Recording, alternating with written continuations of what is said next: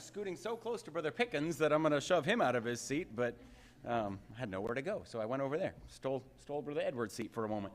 Matthew chapter 4, he's going to start reading in verse 18. And Jesus, walking by the Sea of Galilee, saw two brethren, Simon called Peter, and Andrew his brother, casting a net into the sea, for they were fishers. And he said unto them, Follow me, and I will make you fishers of men.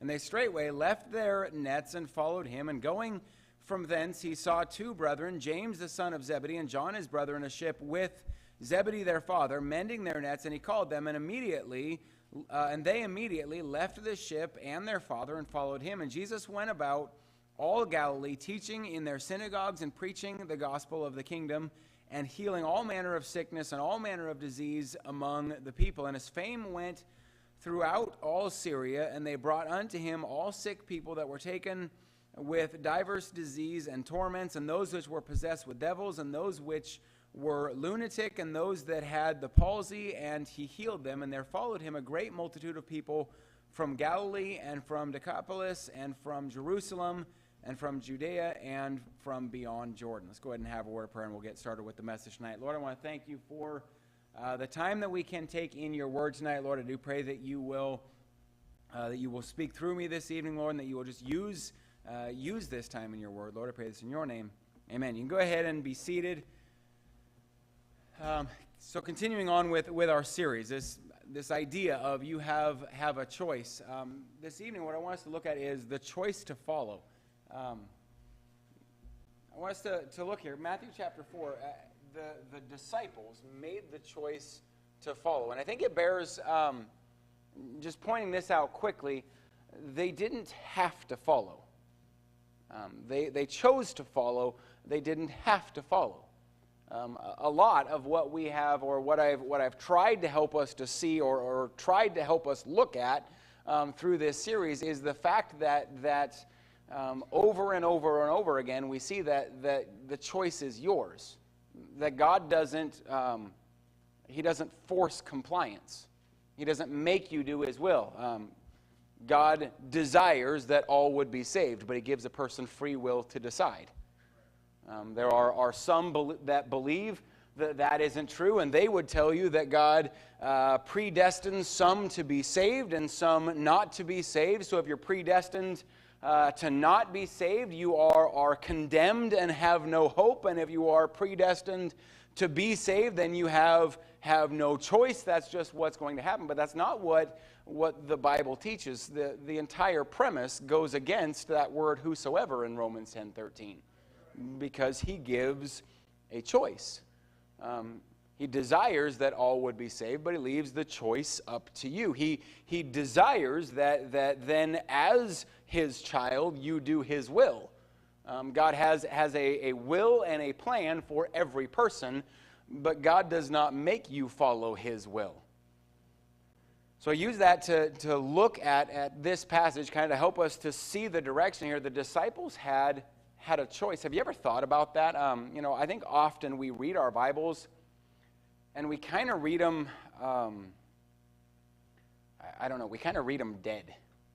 That we're just kind of, we're reading it and we don't really think about what's happening. We don't think about the things that may have been going through their head. We don't think about the fact, again, in this example, that they had the choice. When have you ever thought about this, that when Jesus saw them and they're fishing and Jesus says, follow me and I'll make you fishers of men, they could have said no. They could have. It was their choice, but they made the choice to follow. It's in that choice that I want us to focus tonight. Three things that I want us to see, and I'm going to kind of jump right into the message. Three things I want us to see in that choice to follow. The first is, it was an immediate choice. It was an immediate choice. Verse 20, they straightway left their nets and followed Him. If you skip down to verse 22, they immediately left the ship and their father and followed Him. It was an immediate choice. I don't normally do this, so I'm gonna try this. How many of you have heard the Obedience song? All right, so at least, this side of the room. This side of the room, there's like two. The left side of the room, they grew up in the same Sunday school class as I did. That's why you all know this song. When I was a kid, we sang the obedience song in Sunday school. Obedience is the very best way to show that you believe, doing exactly what the Lord commands, doing it happily. Action is the key. Do it immediately. Joy you will receive. Obedience is the very best way to show that you believe. Did you catch that do it immediately? We teach that idea. We teach the same idea. Parents, we teach that same idea to our kids, or at least I do. When I tell my kids to do something, I don't mean whenever it's convenient to you. I don't mean, to do it later. Occasionally I'll tell them, whatever it is, fold the laundry, and you'll get that question, well, can I finish what I'm doing first? If what they're doing is something that I've told them to do, that's one thing. But, if they're, watching a movie, playing a game, or things like that, nope, I told you to do it now. Obedience is immediate, or it's not full obedience. Obedience is immediate, or verse 20, straightway. It's straightway, it's immediate, or it's not full obedience. So let me do it this way. I'll say it again so we can make sure kids get this. Kids in the room, obedience is right now. It's not when you finish the game you're playing. It's not when you get around to it. It's immediately. Anyone who has a job in this room, this is for you. Obedience is immediately. When your boss tells you to do something, that means now. Anyone in this room with an authority in your life, this is for you. Obedience is immediately, or it's not obedience at all. Christians in this room, this is for you. Obedience is immediately. When God's directing you to do something, that's right away. The disciples' choice was immediately. It was straightway. They left what they were doing. It's not as if they were just sitting around doing nothing. They were all busy working. They left what they were doing and immediately followed. Not when I'm done with what I want. Understand, this was their career. I'm gonna touch on that more in a moment, but go with me here. These men were with family, and they were fishing. Now we're going to get to the fact that it's their career in just a moment, but they were fishing, and they were asked to give up that, to leave what they were doing, perhaps something they enjoyed. Their choice was not, well, when I'm done with what I enjoy, then I'll come. Can you imagine Peter? Well, one more cast, Jesus, but I'll catch you. Two more casts, and then I'll catch you around the next curve. No, they dropped their nets and followed. This was not when I'll obey when I reach my career goals in life. Then I'll follow. I've personally known a lot of people that God has called them to do something, and they know it and will admit it, but they had what they desired to do. I had a good friend growing up that made no bones about all growing up that he knew God was calling him to be a missionary, but that he wanted to go in the military first. So he made his grand plan of, I'm going to follow my dream of the military first, and then once I reach my goals, then I'll be a missionary. I'll follow, but after I hit my goals. Can you imagine had the disciples done that? Well, Jesus, I'll follow, but I got to finish my day's work first. I'll follow, but I really need to hit this quota first, or I really have this goal that I'm working toward. Let me get that, and then I'll obey. A lot of people have that's the idea of going into a career. A lot of people have a career already when God calls, and they decide, well, I can't do what God wants because I have this good job or this career already. Again, notice the disciples, they were in a boat with their father mending nets. They had a career, probably a family business. Who knows how many generations of their family had been fishermen. In those days, it's not like, a kid just woke up and decided, all my family has been whatever has been shoemakers, and I'm going to be a fisherman. No, they would pass down their family traditions and their family business. So who knows how many generations had been fishermen. This was a family thing. It's passed from one to the next. That's not easy to walk away from. That's not easy to walk away from. If a person had a draw, a reason to want to wait, it would have been these guys. But their choice was straightway, immediate. Not even when God forces me, I'll do it. I heard it said, I have no idea. How do I say this right? I have no idea. Maybe this is better.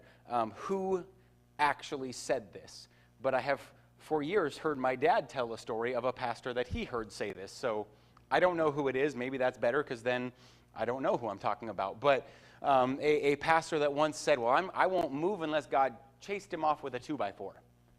And I understand the sentiment, and I'll make it very clear. I have no intent to move ever from here. I pray that God allows me to serve here my entire ministry.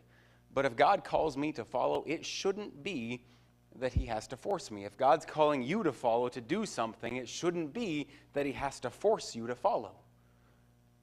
I thought about having someone come up here that I could demonstrate on. Jesus didn't walk over to their boat and strong-arm them into coming. Jesus didn't walk over to their boat and grab them by the ear. Now, come on, Peter, we're going now. This choice to follow wasn't because God forced it. It wasn't that they held out as long as they could, and now God's making it, so I'm gonna do it. No, it was an immediate choice. Second thing I want us to see about this choice to follow, it was a choice to leave all others. I've already kind of alluded to this, to some of this, I should say. They left careers. That's not an easy thing. I don't care who you are, how spiritual you are. It doesn't really matter even how terrible your job may be. The idea of leaving your job that you have to follow Jesus is hard, because we all like stability. Even when it's a terrible job and career, it's still stable. And don't forget the fact they've never met Jesus before. They don't even know who this guy is. It's not as if Jesus came to them and laid out, here's the job offer, and here's what you're going to get paid, and here's what your benefits are going to be. So if you leave your career and follow me, this is what you're getting. No, they left career to follow Jesus, not knowing if they would ever make a penny. Not having any idea what this meant. The Bible tells us all he told them was, follow me and I will make you fishers of men. I mean, that's not super descriptive. It's not giving a whole lot of detail as to what that's going to mean and how you're going to survive and the way you're going to be taken care of and pay your bills and all that. But they left. They just followed. They left all others. This was not a career move. It was about obeying Jesus, about obeying his call. They left careers. They left possessions. I know this may be reading into it, but I don't think so. The Bible tells us that they were mending their nets, and they left their nets, meaning these men had fishing equipment. They would have had boats that they left. Anyone who has a boat knows how hard it would be to give up your boat. I mean, that's a terrible thing. Yeah. I mean, that's asking a lot that he asked them to walk away from their boat. But stay with me here. They didn't go home and pack a bunch of belongings and sell their house and, put the rest in storage. They left everything and followed Jesus. They left it. They left family. Not verse 15, sorry. Verse 22, they immediately left the ship and their father and followed him. You all know I am a big-time family person. I love spending time with my family, but I also know that for some, family can be what holds a person back from from following God. I am blessed. I really feel this way. I am blessed to have a family that not just supports, but pushes me forward in what God calls me to do. I was thinking about it while studying for this. I have a wife that supports me and builds me up and helps me follow God. And I know a lot of married people don't have that. I have parents who support me and help me be what God has called me to be. And a lot of times it is parents that will hold their kids back from serving God. And I have kids who willingly follow as I attempt to lead them following Christ. But I know, while I am extremely blessed in that way, and I understand that, I know not everyone has that. I personally know a lot of men who have been called but don't feel like they can because family won't understand. Just saying, the call of God, following God, is bigger. It was a choice to leave all others. It was a choice to leave all others. I don't think that means it was easy. The choice to leave all others. Can I tell you, we need that. We allow so many things to come first. We allow so many things to get in the way of us following God. I'll serve God, but first I want to do this, or I'll do what God wants, but I have this other thing going on in my life that I don't want to give up, or I'll serve God, but there's this obstacle that I don't know what to do with. We need to make the choice to follow, leaving all else behind. It was an immediate choice. It was a choice to leave all others. The third thing I want us to see this evening, it was a choice of full surrender. And I want to stress that word full, because you can't leave all if you aren't fully surrendered. You can't. It is impossible to leave all if you are not fully surrendered. There will always be something that you're holding on to. Something that you just can't give up. Again, there are a lot of people who surrender some. I often, in my mind, bring it back, especially we'll sing I Surrender All as an invitation song, and it is very often we're up here singing it, and it goes through my mind, if we ever actually did, the difference it would make in our churches, in our spiritual walk with God, in so many aspects, if we ever actually did, because I think the reality is most of us surrender some. But that wouldn't make anywhere near as good of a song to get up here and I surrender some. Just wouldn't work the same way. But often that's what we do. We'll give a part to God, but not all. Well, God, I'm willing to give you this area in my life, but I like that part, so leave it alone. Or there are a lot of people who will give up some things, but not all. I'm willing to leave behind that thing, but I want to hang on to those things. Or there are a lot of people who are willing to give up some sins, just not all. Because I understand the preacher just preached on that, and I understand it's wrong and I need to give it up, but I like that thing. That thing I want to hang on to. That sin I'm not willing to give you. That's not full surrender. You cannot leave all if you aren't fully surrendered. You cannot follow immediately. You cannot, as the passage put in verse number 20, you can't follow straightway if you aren't fully surrendered, because you're hanging on to that thing. Hanging on to the thing means that I need to finish that before I can go. I think they would have been justified in our minds. I think they would have been justified as it would have been okay had James and John finished helping their dad before they left. In our minds, that's what we would have said, well, yeah, it was their dad. They ended up that immediately left their nets and their father sitting in the boat. We would have found it just fine had they decided, well, I'm going to help Dad finish mending the nets and cleaning up the fishing gear and tow the boat back to his house, and then we'll join you, Jesus. We would have thought, well, that makes sense, because you don't want to just abandon Dad there. But that's not full surrender, because that's not what Christ told them to do. You can't leave without looking back if you aren't fully surrendered. I think of Lot's wife. Lot's wife followed. She went, not willingly. We know, I'm not going to have us turn back there right now. I think we are familiar enough with it.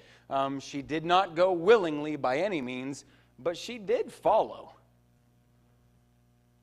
But since she wasn't fully surrendered to what she was following, she looked back.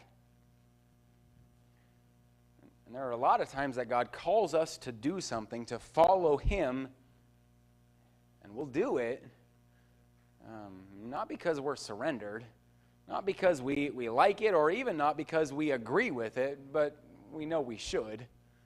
We just don't really want to. So we do it looking back the whole time. Thinking about the things that we feel like we gave up. That's why Lot's wife was looking back, was she was feeling like she was giving up the city. Feeling like that we are missing the things that we gave up, or looking at what we would have been doing. That's not full surrender. That's not full surrender. One more thing I want us to see about the idea of fully surrendered. Fully surrendered is about more than just what He can do for you. Look at verse 25 with me. There followed Him a great multitude of people from Galilee and from Decapolis and from Judea and from beyond Jordan. If you go back verse 23, verse 24, it talks about Jesus going around, He's teaching in the synagogues, and He is healing sick, and people are bringing those possessed with devils, and the lunatics, and those with palsy, and He healed them. The multitude, though, verse 25, tells us that the multitude followed Him also. So you have these disciples who are called by God to follow. They give up everything, leave straightway, leave immediately, knowing nothing. They don't know that they're going to get anything out of this and follow. You have the multitude who followed as well. Jesus calls the disciples to follow Him, and they do. They fully surrender, walking away from everything to follow Him. The multitude followed Jesus as long as there was something to gain. The multitude followed Jesus. Let me back that up for a second. The disciples followed Jesus because He said, "Follow me." The multitude followed Jesus because He healed them. They got something out of it. Following Jesus meant they benefited. They weren't surrendered. They weren't there because they felt the need to follow after Christ, and they weren't there because they wanted to be fishers of men. They were there because it benefited them. They were there because, if we think of some of the miracles, because they got fed, or because they were getting healed, or because they were being helped, or because their loved one was healed. I believe for some, they were there because they wanted to watch and see what Jesus would do next. But all of those were there for the wrong reasons. And when they stopped benefiting from Him, they went back to life as it was before. They followed, but just because they were getting something from it. They weren't there because they were surrendered. They weren't there because they saw the importance. They were there because they got something out of it. Too often that's true of us. That we come to church, or we follow Christ because of what we feel we're getting out of it. We see some benefit in lots of areas. Some I have known people who come to church not because they think church is important or not because they even agree with what the church is teaching, but they think Christian principles are good or a Christian lifestyle is a good lifestyle to have. So they come because they think it benefits them. For some, it's the social aspect for our kids. It is super common in like the homeschool groups because it's a way that your kids can socialize. Or for some, it's the blessings that they feel like God will give them if they're in church or whatever else. And as soon as the benefit isn't there, they go back to life like it was before. That's not surrender, let alone full surrender. That's not surrender at all. Because the reality of the matter is that mentality is all about me. It's all about what can I benefit. The reality of the matter is it's not about you. It's bigger than you. A couple of weeks ago, I had mentioned this same idea in one of the messages, that we get so stuck on me and what I can get and what I benefit or what I can get from it. Because we're so focused on me, and it's not about you. It's not about me. It's about eternity. It's about souls. And the sooner we can really get a hold of that, the better. I think of the multitudes that followed, and they were maybe fed, or they were healed, or they were, those sorts of things.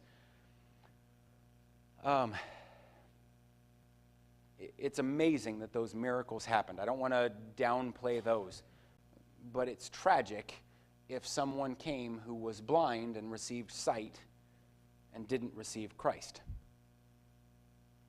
because they were temporarily changed. And that's a wonderful thing that they received their sight back, benefited the rest of their life. But if the only reason they went to Jesus was to see the benefit that they got in their life, then it did absolutely nothing for their eternity. And while receiving your sight is wonderful, it's tragic. Because they weren't surrendered. The disciples, and I know they weren't perfect, and they're not a perfect example. They messed up. There were mistakes that were made. But in this instance right here, they made the choice to fully surrender. They made the choice to follow. It was an immediate choice. It was a choice to leave all others. It was a choice of full surrender. And as I studied for this message, here's what how I want to kind of just wind this up. I guess this passage, Jesus calls on them, "Follow me, I'll make you fishers of men." Jesus is calling each one of us to follow me. Jesus is calling each one of us to be fishers of men. Will you make the choice to follow? And will you follow surrendered? Let's pray. Lord, I pray that you will help us this evening to be able to grasp this, Lord. I pray that you'll help us, Lord. Help us to see the fact that you are, just like then, still calling people to follow.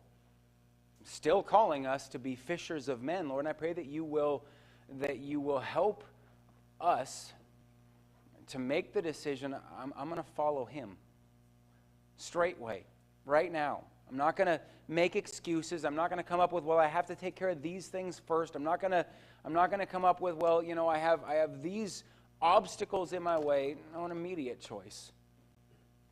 A choice to set all of that aside and just fully surrender.